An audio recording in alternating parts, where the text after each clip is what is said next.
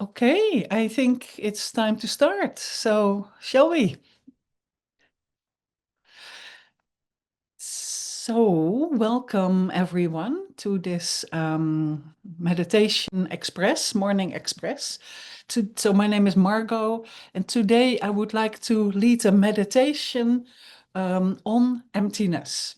And I'm using a meditation from my Bible. I call it How to Meditate from Venerable Sankhya Kadro, because I really resonate with her meditations. So it's half an hour and I'll guide us through. It's what is called an analytical meditation. So I'll guide us through some text, and I invite you to check things out. So you may have heard these meditations before. So check out, how is that today? And at some point you may have a deeper understanding. I call it an aha moment, or it's called a little realization that you suddenly have a shift in your experience. So if or when that happens, you can stay there for as long as it lasts. And in case then you start checking again, like yes, and yes, but this or that, that's great. And then you analyze again, you check things out. So that's a little bit about this meditation on emptiness. Okay, so I invite you to make yourself comfortable. We start with a little bit of breathing and setting the motivation. So I invite you to let go of whatever has gone on before, having your morning coffee or whatever else was going on, looking after the cat. And bring yourself present to the here and now.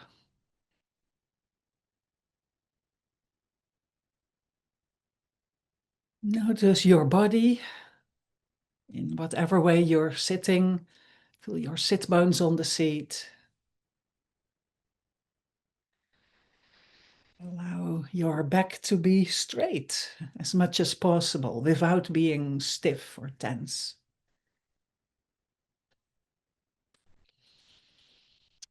Allow your legs to support you in whatever position you sit, on a chair or cross-legged or any other way. If you sit on a chair, you may feel the weight of your feet on the floor.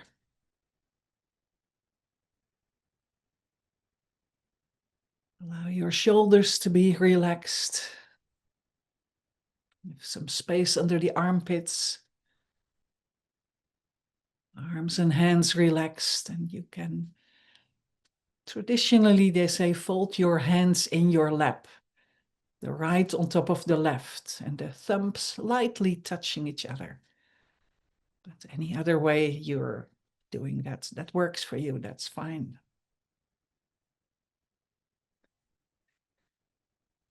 Extend the back of your neck or tuck in the chin a little so energy can flow through your neck.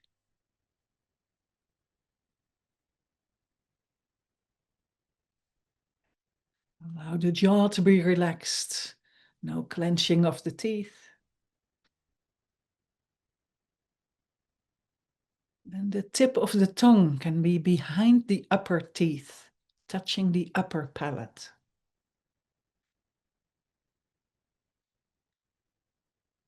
The eyes can be either closed or half open, gazing downwards.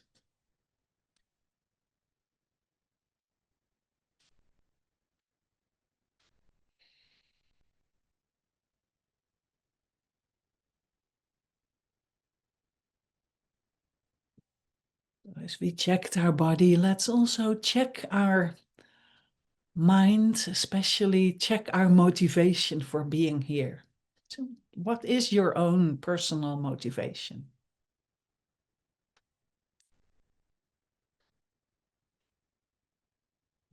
Include an altruistic motivation to do this meditation, to develop our highest and fullest potential, to have more a more realistic insight on the nature of reality, thereby being more peaceful and happy in our own lives, but also develop the capacity to benefit others, eventually benefit all beings through our practice and through our own development.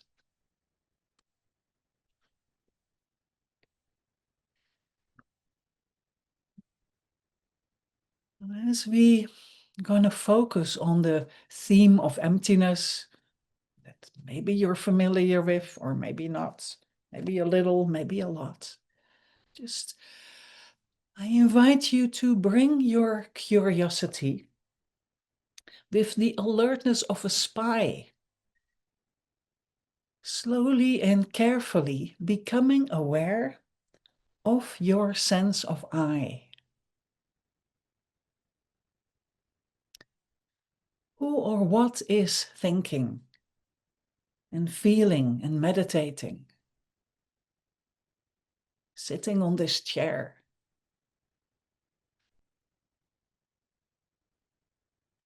How does it seem to come into existence? And how does it appear to you?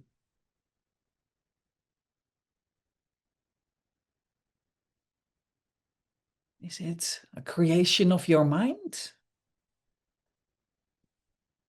Or does it appear as something concretely and independently existing in its own right? Just check. What's your first impression?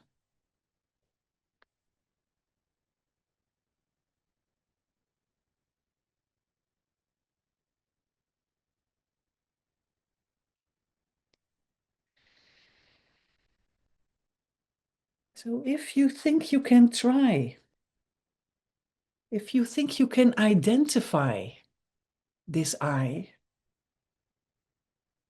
try and locate it. Where is it? Is it in your head? In your eyes? In your heart? In your stomach? Or in your feet?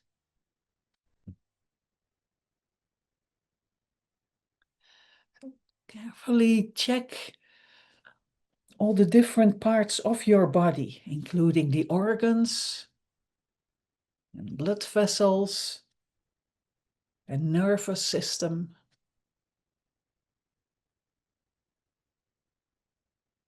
Is it in the brain?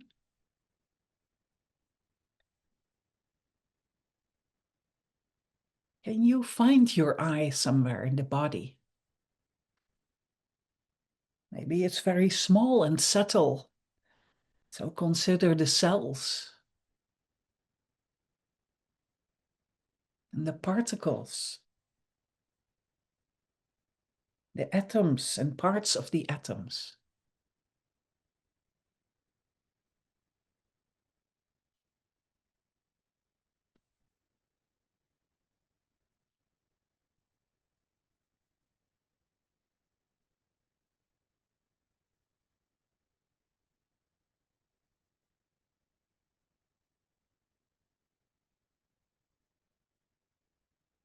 Now, after checking out the whole body, ask yourself again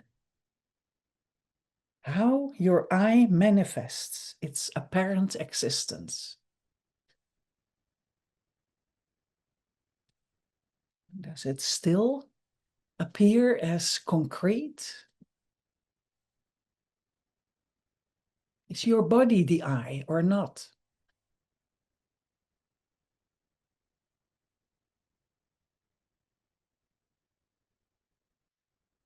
Maybe you think your mind, your consciousness is the eye. So let's check that out. Our mind or consciousness is an ongoing, changing stream of thoughts, of feelings, and other experiences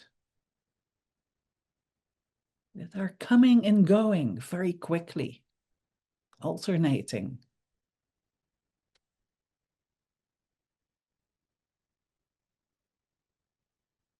So check it out. Which of these is the I? Is it a loving thought? Or an angry thought? A happy feeling? Or a depressed feeling?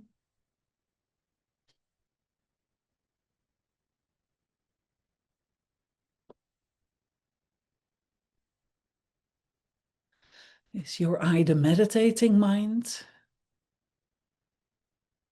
Or the consciousness present when you dream?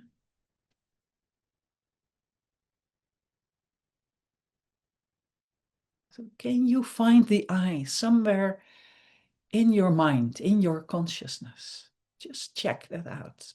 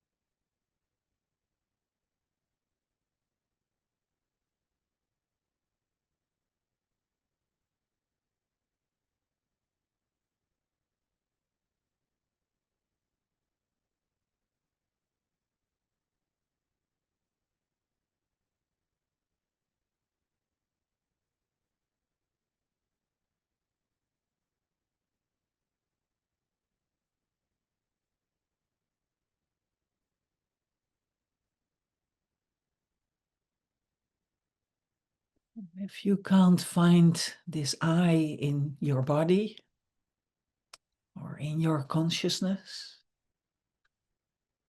is there any other place where you can look for it? Could it exist somewhere else or in some other way?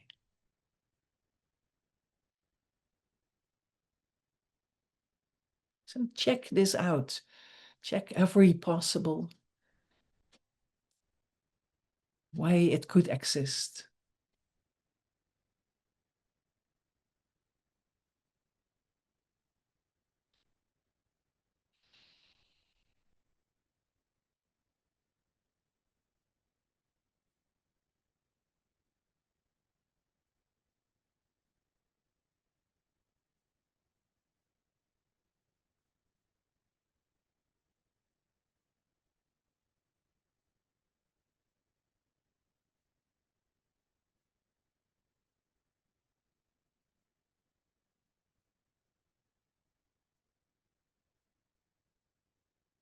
Again, look at the way your I actually appears and feels to you.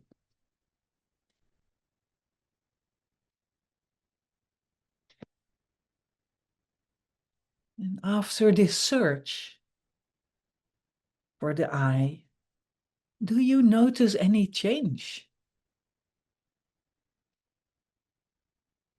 Do you still believe that it is as solid and real as you felt before?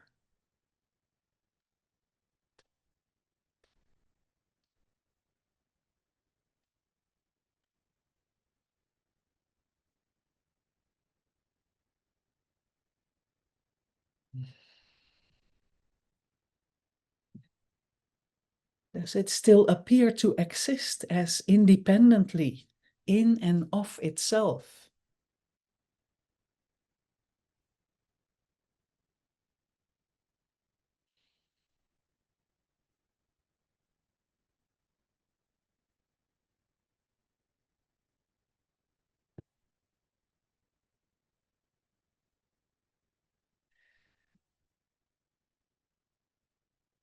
Now I invite you to mentally disintegrate your body.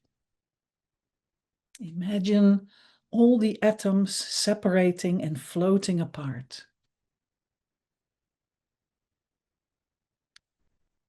Billions and billions of small particles scatter through space.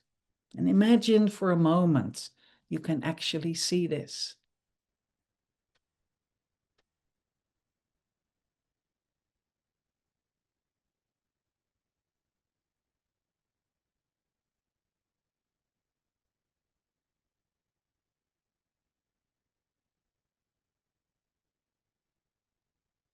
Now let's disintegrate our mind. Let every thought, feeling, sensation, and perception float away.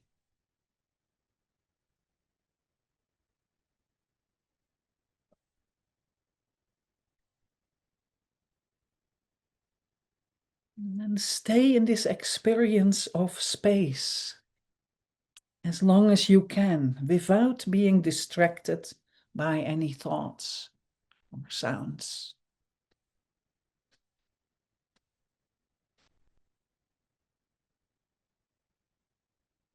When the feeling of an independent, inherent I comes back, then check it out again.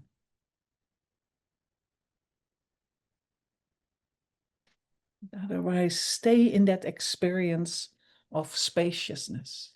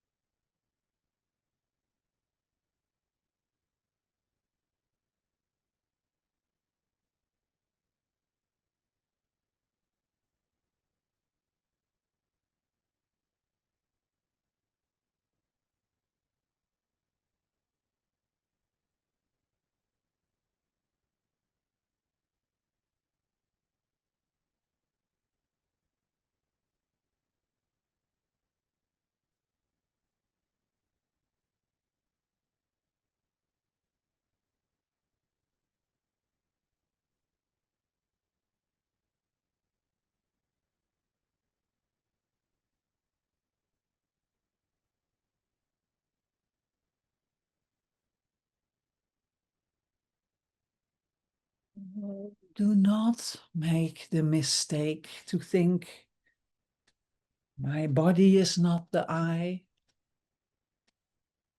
My mind is not the I, so therefore I don't exist.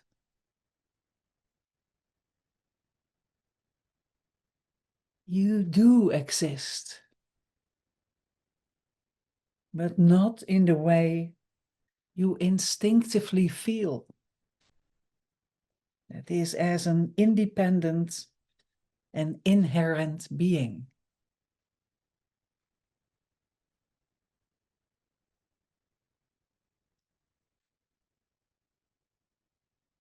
Eventually, yourself exists in dependence on a mind and a body, or a consciousness and a body.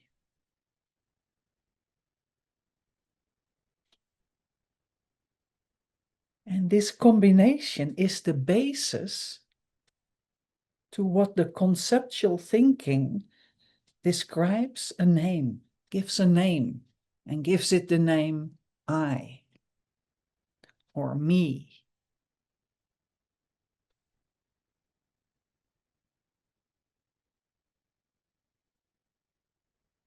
This is the you that is sitting and meditating and wondering, maybe I don't exist.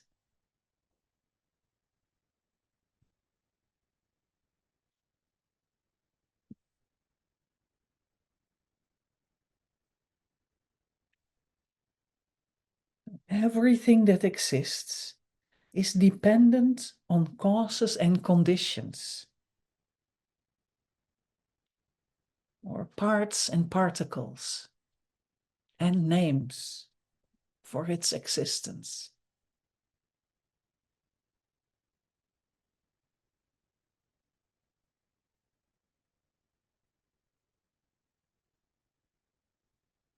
This is how things exist conventionally, as an understanding of interdependence is the principal cause for understanding a thing's ultimate nature or emptiness.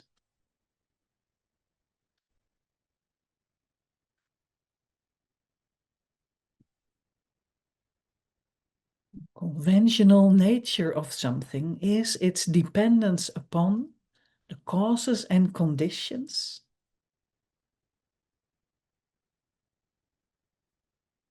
and its ultimate nature is its emptiness of inherent independent existence.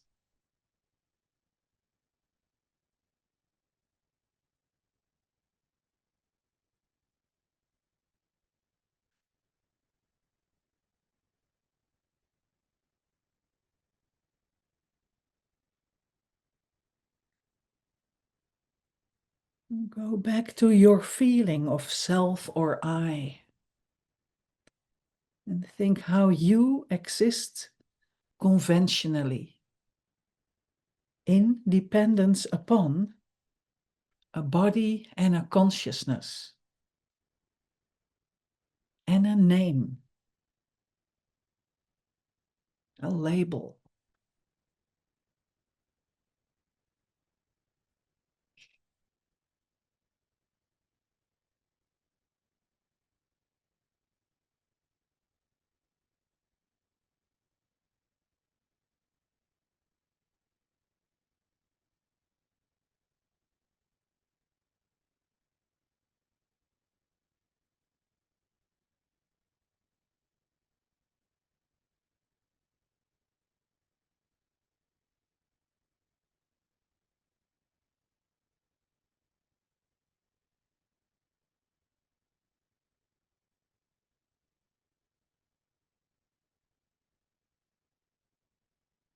Actually, when our body feels cold or hungry,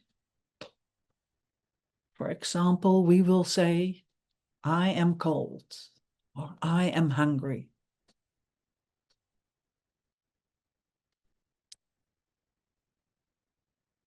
The mind has an idea.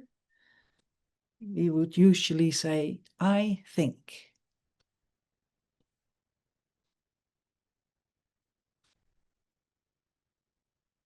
And you feel love for someone, You might say, I love you.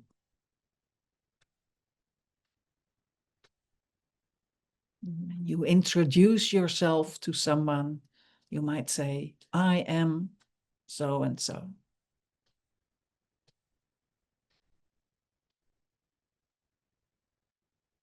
Apart from this sense of I that depends on the ever-flowing, ever-changing stream of body and mind, is there an I that is solid, unchanging and independent?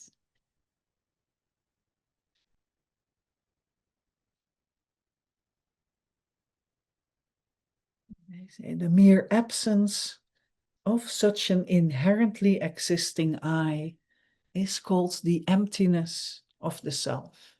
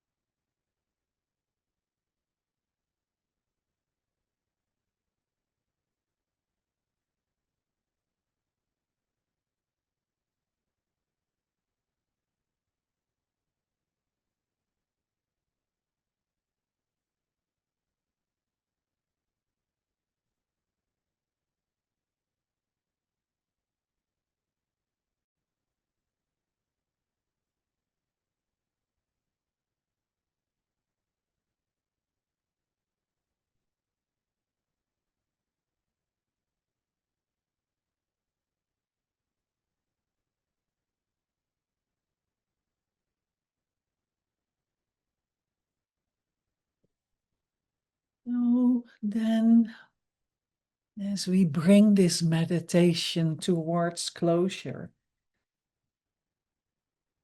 I invite you to conclude and think as to how you and yourself exist.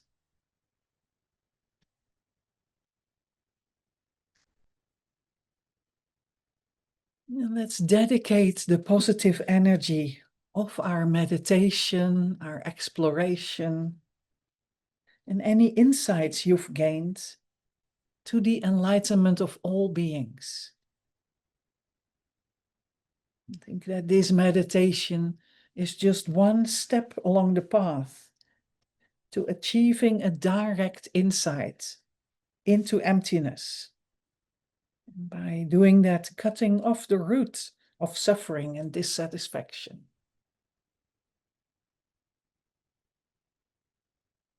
Let's give thanks for doing this work together.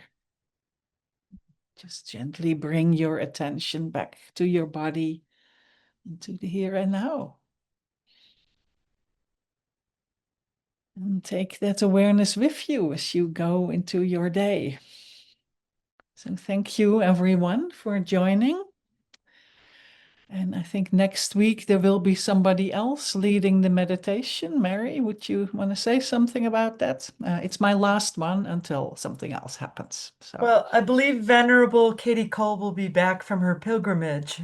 So, but we look forward to having you back, Margo, as soon as possible. Thank you so much. my Yes, pleasure. very soon, Margo. Thank you. My Thank you, pleasure. Margo.